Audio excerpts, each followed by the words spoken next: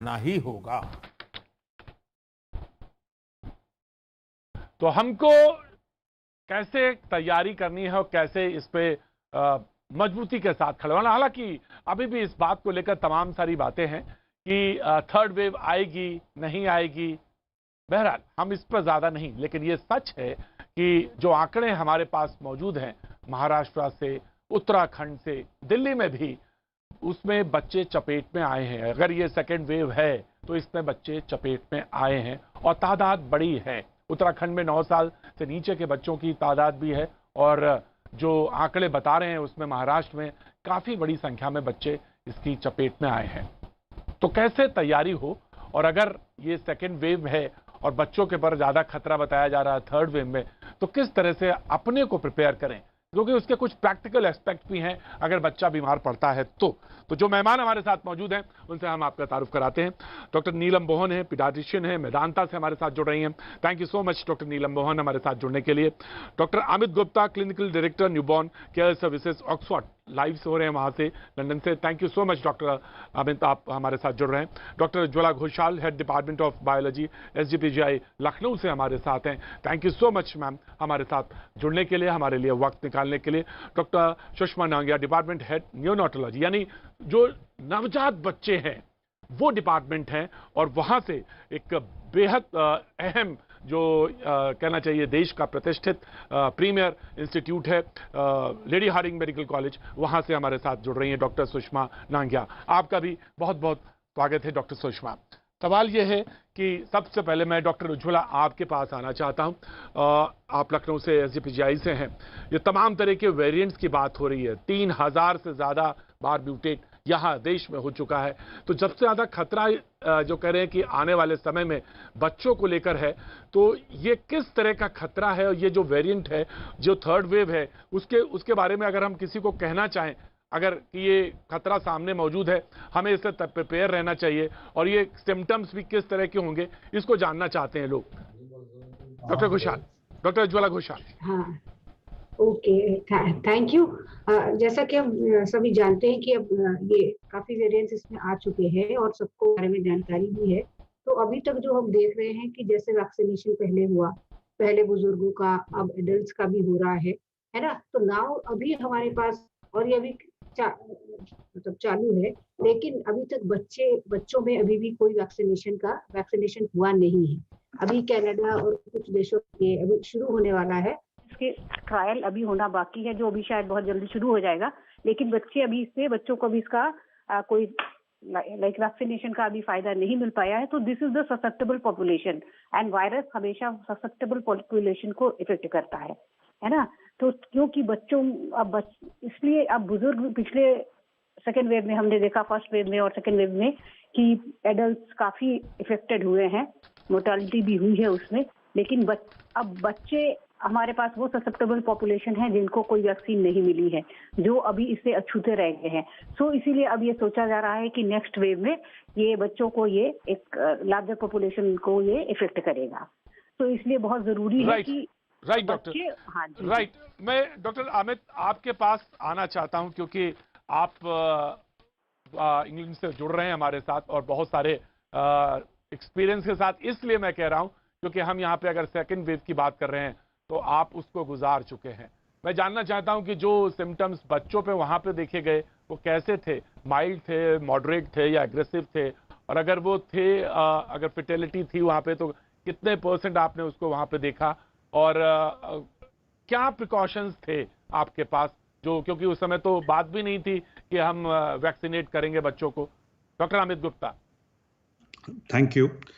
देखिए, जो experience UK और US में भी रहा है, और मैं ये भी कहूँगा जो मौजूदा एक्सपीरियंस इंडिया में भी है, उसमें बच्चों को जो इलनेसेस हुई हैं वो माइल्ड ही हुई हैं। ना यूके में ना US में ऐसी स्थिति कभी पैदा हुई कि पीडियाट्रिक इंटेंसिव केयर या अस्पताल भर गए कोरोना पेशेंट से, बल्कि उनका रिवर्स हुआ। जो हमारे यहाँ पीडियाट्रिक इंटेंसिव केयर यूनिट है उसको खाली कर दिया गया और उसको एडल्ट यूनिट में कन्वर्ट कर दिया गया। तो ये बच्चों में ज़्यादातर माइल्ड ही होता है, ज़्यादातर एसिम्प्टोमेटिक है, आपको पता भी नहीं चलता है। तो पहली बात तो ये रही। दूसरी बात ये है कि ऐसा नहीं है कि ये वायरस इस समय बच्चों को इम्पैक्ट नहीं कर रहा है। ऐसा बिल्कुल मुझे लगता नहीं कि कोई साइंटिफिक बेसिस है इस सोचने का कि चूंकि एडल्ट्स वैक्सीनेटेड हैं तो वायरस जो है बच्चों को ढूंढेगा।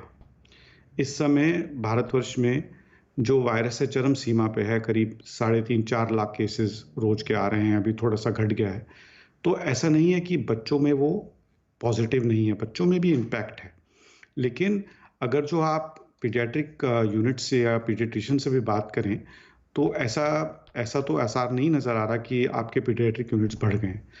तो ये कहना कि वैक्सीनेशन बड़ों में हो जाएगी तो फिर वो बच्चों को टारगेट करेगा, वो मेरे ख्याल से थोड़ा उसको मिस इंटरप्रेट करना हुआ, क्योंकि बच्चों को तो अभी भी वो इम्पैक्ट कर रहा है लेकिन उसका डिजीज माइल्ड ही है।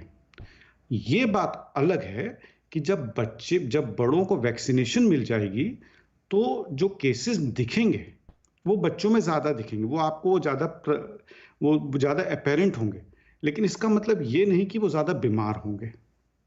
और पिछले 2-3 म्यूटेशंस जितने भी हुए हैं उसमें बच्चे जो हैं वो सुरक्षित ही रहें।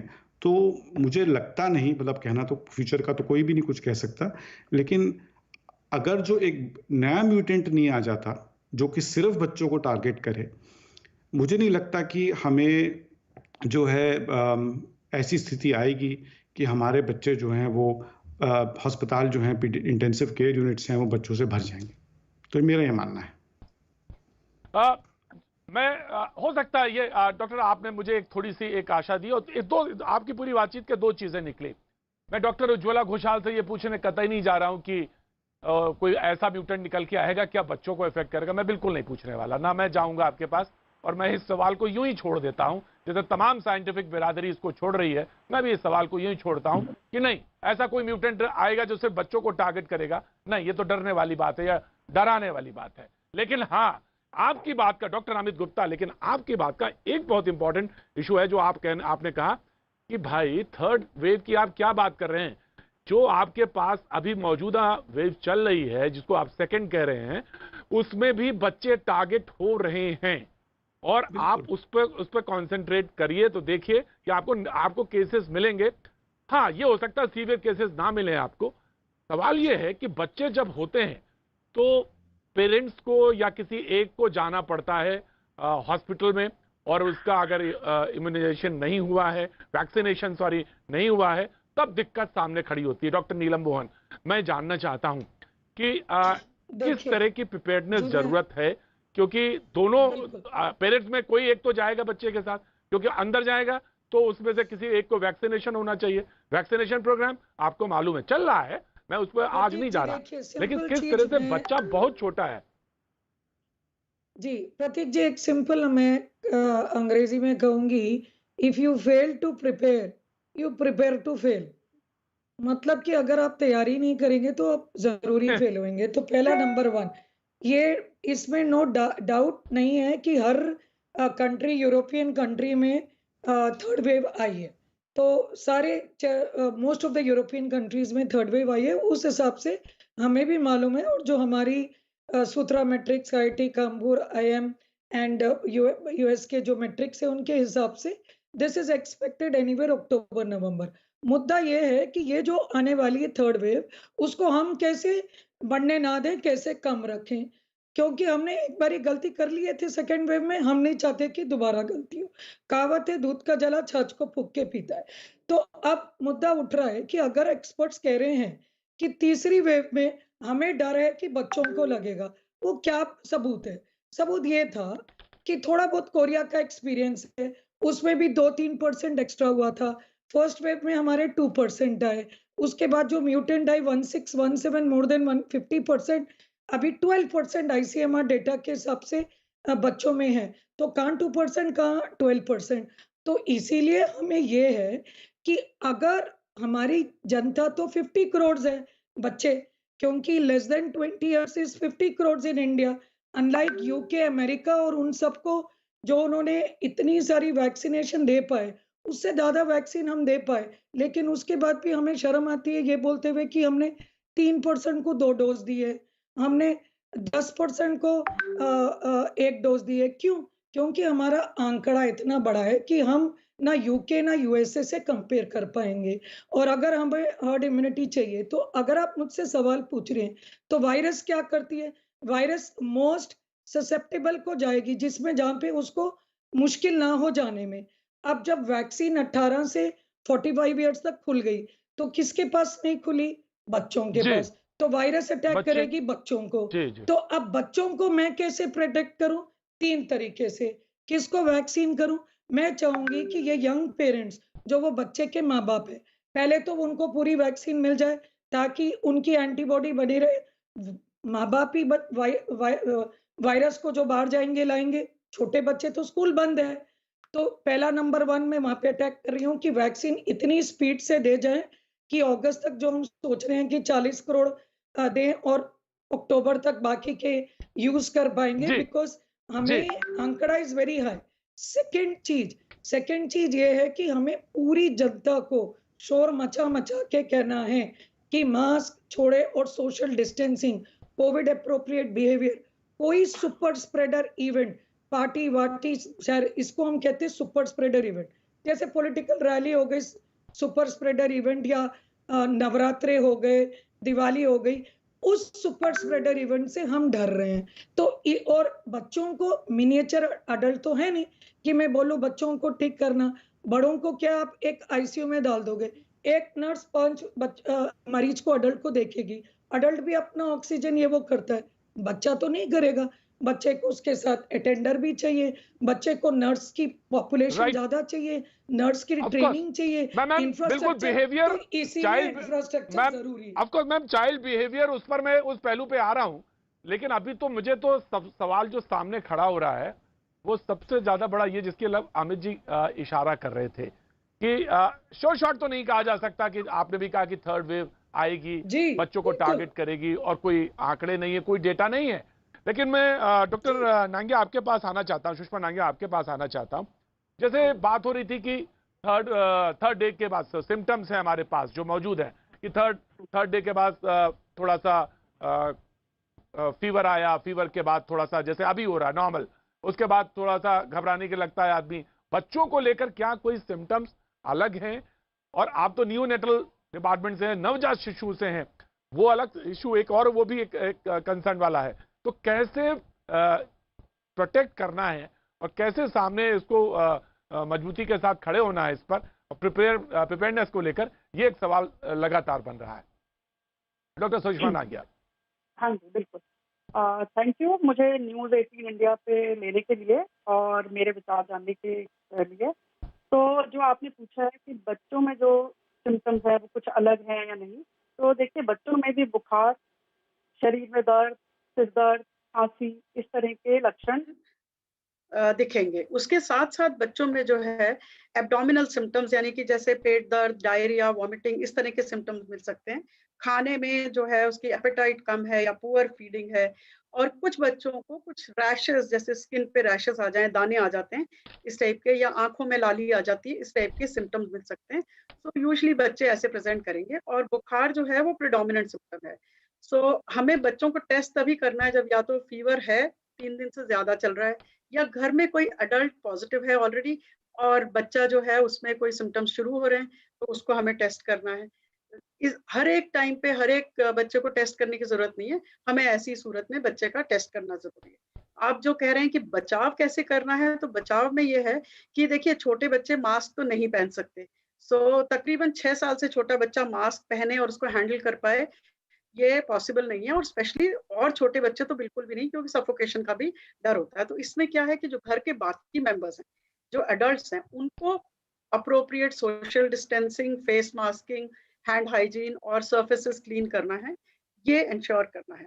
लेकिन बच्चे से अपने आप को, माँ बाप को जी दूर नहीं करना है, चाहे वो खुद पॉजिटिव हैं और बच्चा पॉजिटिव नहीं है, तब भी वो अपने सारे सोशल डिस्टेंसिंग, मास्किंग वगैरह करके बच्चे के साथ रहें। और अगर बच्चा पॉजिटिव है तो भी उसके माँ बाप में से कोई एक जना बच्चे की देखभाल करे, क्योंकि बच्चे पे साइकोलॉजिकल असर भी बहुत ज्यादा बुरा होता है अगर हम उसको अकेला छोड़ दें। वो he may not be able to take care of himself, अपने खाने पीने का बहुत ध्यान, इंपॉर्टेंट, अपना जी बुखार जी बहुत नापने। इंपॉर्टेंट, यही मुश्किल, राइट मैम, सबसे ज्यादा इंपॉर्टेंट यही चीज है कि बच्चे को कैसे अलग किया जा सकता, बच्चे के साथ रहना पड़ेगा।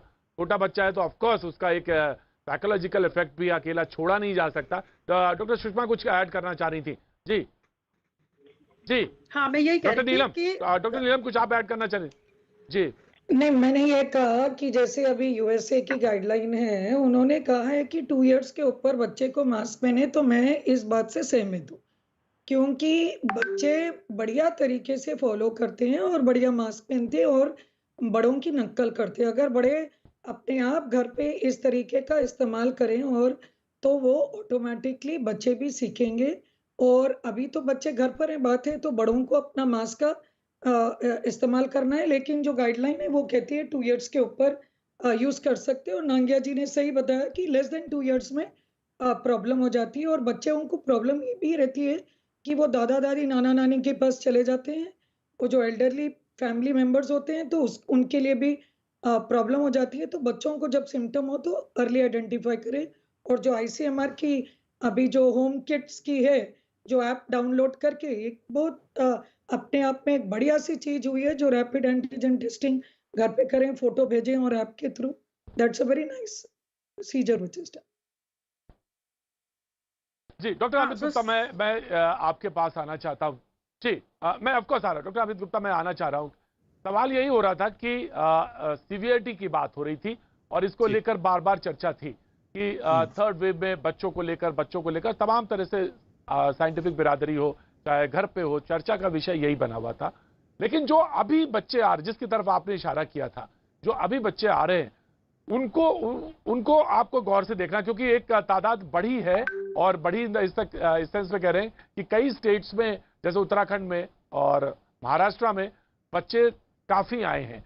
ये जो केसेस हैं इनमें माइल्ड से मॉडरेट तक की बातें कही जा रही हैं, लेकिन जिस तरह से हमने देखा एडल्ट में कि ऑक्सीजन लेवल को लेकर बात होने लगी, भागम भागी होने लगी, हालांकि चीजें अब कंट्रोल में है, लेकिन ये स्थिति बिगड़ सकती है क्या बच्चों को लेकर भी?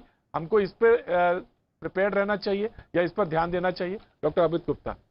देखिए, मैं जरा एक मूल बात ये कहना चाहता हूँ। देखिए, आज जब कोरोना चरम सीमा पे है, मैं फिर से दोहराऊंगा ये चीज, बच्चे वायरस से वंचित नहीं है, बच्चों को भी हो रहा है। वो बात और है कि आप उनकी टेस्टिंग नहीं करा पा रहे हैं, वो बात अलग है। लेकिन घर में सब एडल्ट्स को अगर जो वायरस है, जो कि आजकल है इतना फैला हुआ, एक फैमिली में किसी को वायरस होता है, सभी को हो जाता है, तो ऐसा नहीं है कि बच्चे बचे हुए हैं, बिल्कुल नहीं, बच्चों को भी हो रहा है, लेकिन वो माइल्ड हो रहा है, बहुत कम केसेस में मॉडरेट हो रहा है।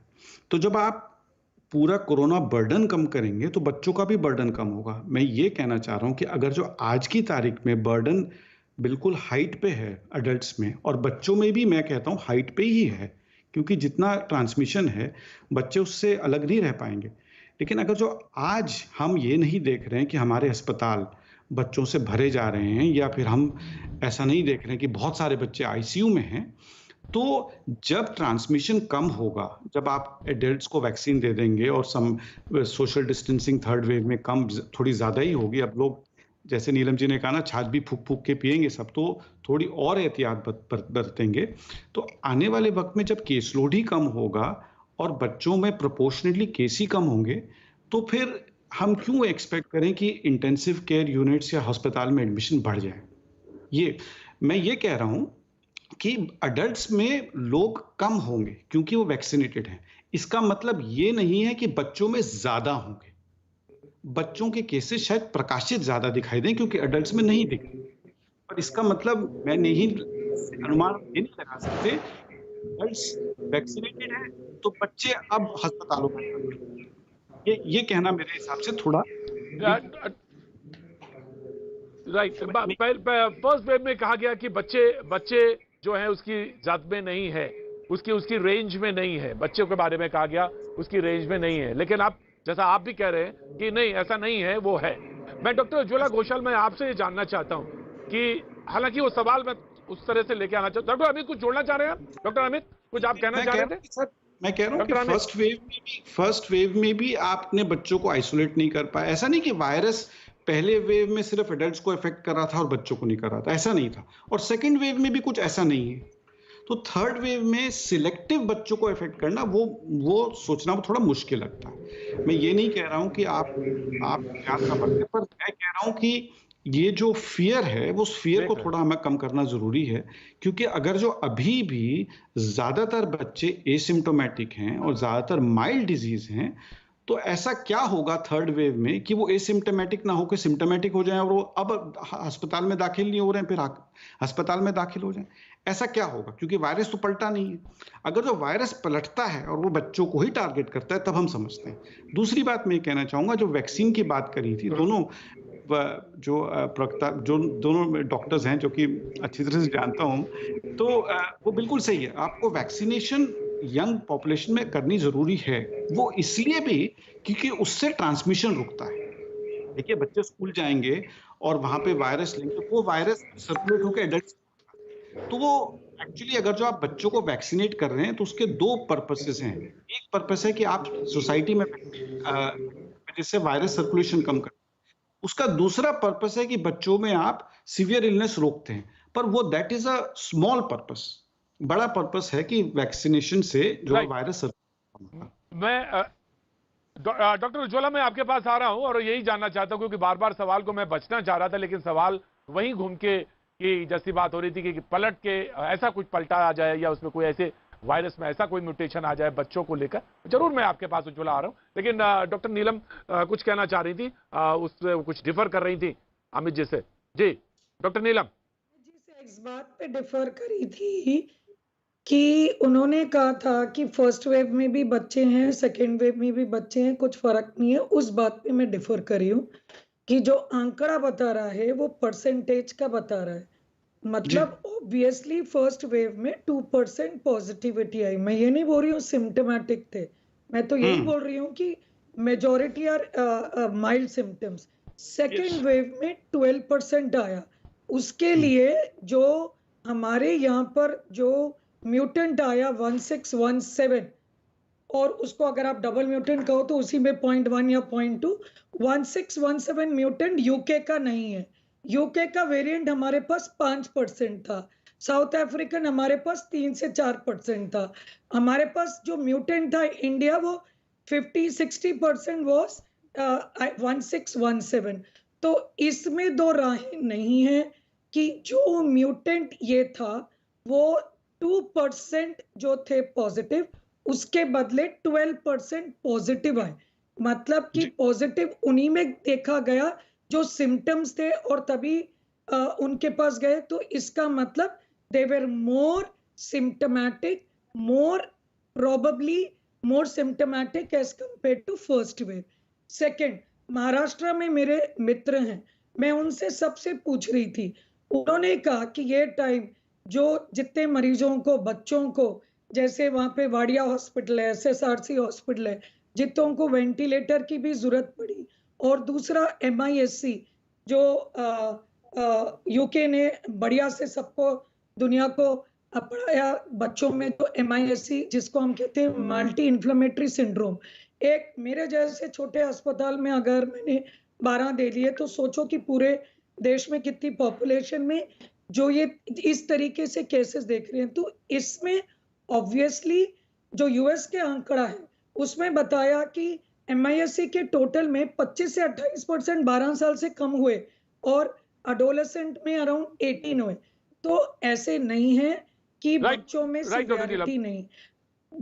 हमारी दिल की चाहत है कि देश का कोई भी बच्चे को दुख ना, हम ये नहीं बोल रहे कि होगा, हम ये तो ये खुद बोल रहे हैं कि ये नहीं, मगर हम ये बोल रहे हैं कि तैयारी कर लो, वेस्ट जाने दो। बट अगर हम अपनी तैयारी कर रहे हैं, क्या तैयारी कर रहे हैं, कुछ डॉक्टर सुषमा मैं आपसे जानना चाहता हूँ, बहुत छोटा सा सवाल। डॉक्टर सुषमा मैं एक सवाल छोटा सा जानना चाह रहे हैं आपसे, लोगों के दिमाग में है कि एसिम्प्टोमेटिक है बच्चा, ये हो सकता है क्या परिवार में किसी को ना हो और बच्चा पॉजिटिव हो और वो एसिम्प्टोमेटिक हो, और ये हो सकता है क्या कि वो उससे ट्रांसफर हो बाकी लोगों को? और दूसरी बात ये कि आजकल ये बात हो रही है जो नियोनेटल्स हैं, बिल्कुल नवजात शिशु है, वो भी कैरी कर सकता है, और वो अगर कैरी करे तो कैसे, उसको कितना खतरा है? ये दो सवाल दिमाग में बहुत सारे बच्चों के, लोगों के दिमाग में। डॉक्टर सुषमा नागिया। हाँ जी, पहला सवाल तो जो है कि मतलब छोटे बच्चे या बच्चे जो है, नॉट नवजात शिशु नहीं, बच्चे जो हैं वो क्या एसिम्प्टोमेटिक होते हुए इन्फेक्शन दे सकते हैं? ये बिल्कुल सही है। हाँ, अगर कोई बच्चा है जो कि खुद इन्फेक्टेड है और उसमें कोई सिम्पटम्स नहीं है, एसिम्प्टोमेटिक है, लेकिन वो अपने घर में जो एल्डरली हैं, जो ज़्यादा वल्नरेबल लोग हैं, उनको इन्फेक्शन दे सकते हैं। इसलिए हमने शुरू से ये कहा है कि अगर माँ-बाप में से कोई पॉजिटिव है या नहीं है, और बच्चे को ग्रैंड पेरेंट्स के पास में बिल्कुल नहीं छोड़ना है ऐसे टाइम पे, क्योंकि बच्चे जो हैं एसिम्प्टोमेटिक कैरियर्स हो सकते हैं और वो इन्फेक्शन इन वल्नरेबल पॉपुलेशन को दे सकते हैं, जो कि जिनमें एक सीरियस डिजीज हो सकती है। तो यस, द आंसर इज कि एसिम्प्टोमेटिक बच्चे भी इन्फेक्शन या संक्रमण दे सकते हैं। ये तो आपका पहला वो हुआ।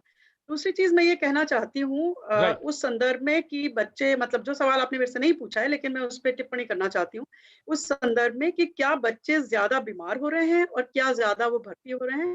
तो हमें ये ध्यान रखना है कि हम सब लोग जो हैं रेफरल इंस्टीट्यूशंस में काम करते हैं। हम हो सकता है MISC और या सीवियर केसेस देख रहे हो, लेकिन जब हम पूरा प्रोपोर्शन देखते हैं तो ये जो बच्चे, अब बच्चों पे इतना जो फोकस आ रहा है वो इसलिए है कि हमारे overall infection for adults, for children, हर एक के लिए सेकेंड वेव में बढ़ी हुई है।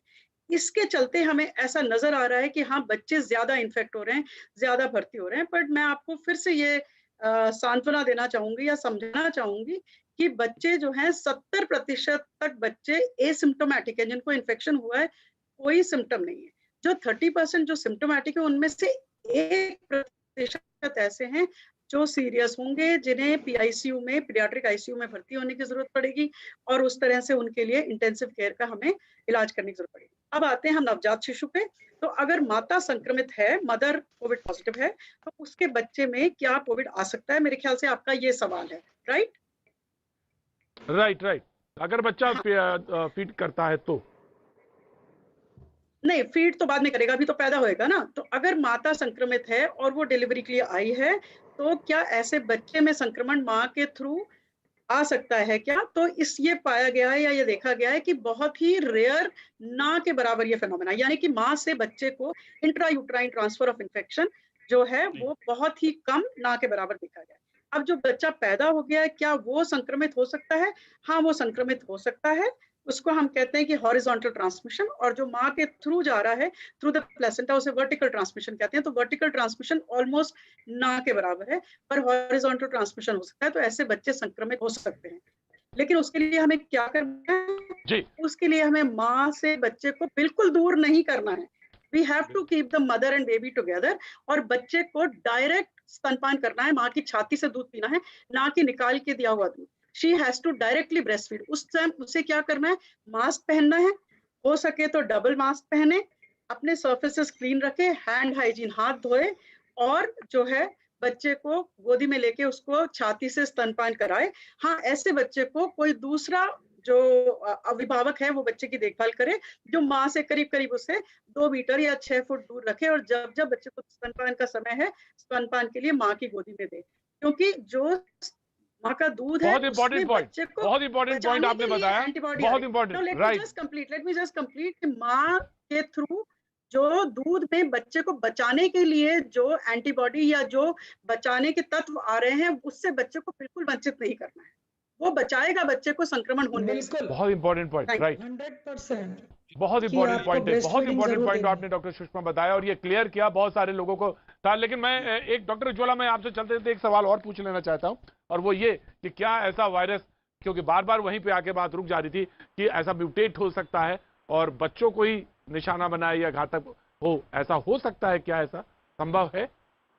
देखिए, ये तो कोई डॉक्टर उज्ज्वला घोषाल। मतलब ऐसा ऐसा प्रेडिक्ट करना तो अभी बहुत जल्दी होगा। ऐसा प्रेडिक्ट नहीं किया जा सकता है ना। And it's very very rare कि ऐसा, क्योंकि अभी ऐसा कुछ वायरस नहीं बना है कि जो एक स्पेसिफिक पॉपुलेशन को इन्फेक्ट कर रहा हो, कि एडल्ट को ही कर रहा हो या बच्चों का, ऐसा कोई वेरिएंट तो देखा नहीं गया है ना। तो इसलिए ये कहना तो बड़ा मुश्किल है कि भविष्य में क्या होगा। अभी जो हम बात कर रहे हैं, और जैसा बाकी लोगों ने भी बताया कि ये, क्योंकि अभी सेकेंड वेव में बहुत केस पॉजिटिविटी बढ़ रही है और उसमें बच्चे भी इन्फेक्ट हो रहे हैं, इसलिए ये आशंका की जा रही है कि जब सब एडल्ट लोग वैक्सीनेटेड हो जाएंगे तो हो सकता है कि थर्ड वेव में बच्चे ज्यादा इन्फेक्ट हो, पर ये एक आशंका है, इससे हमें डरने की जरूरत नहीं है।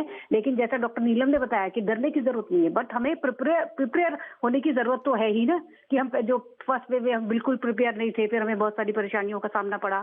Now we are better prepared, तो क्योंकि बहुत जगह थर्ड वेव आई है तो हम उसके लिए तैयार रहें, ये इसलिए ये सब बातें हो रहा है ना। और ऐसा वेरिएंट आएगा कि नहीं, ये राइट तो बहुत डॉक्टर, मुश्किल है। थैंक यू सो मच, आप सभी लोगों का बहुत बहुत शुक्रिया। लेकिन तमाम सारे और लोग जो नए मेहमान है वो जुड़ेंगे हमारे साथ अगले उसमें ब्रेक के बाद। अभी वक्त एक छोटे से ब्रेक का, ब्रेक के बाद हम फिर आते हैं।